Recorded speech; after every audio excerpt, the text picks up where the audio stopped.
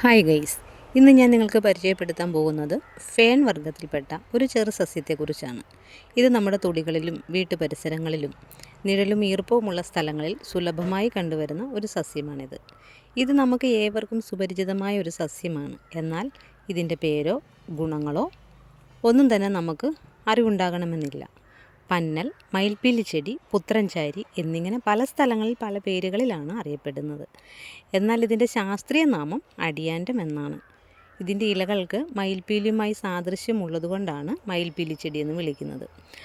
അതുപോലെ വന്ധ്യതയുള്ളവർക്ക് ഇത് ഒറ്റമൂലിയായും കൊടുക്കാറുണ്ട്.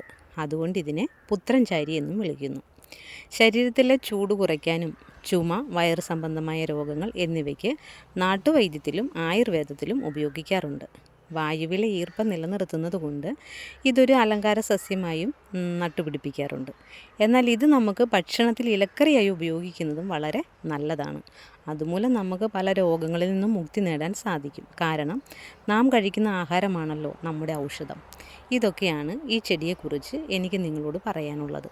അടുത്തൊരു വീഡിയോയുമായി അടുത്ത ദിവസം സന്ധിക്കും വരെ ഏവർക്കും വണക്കം.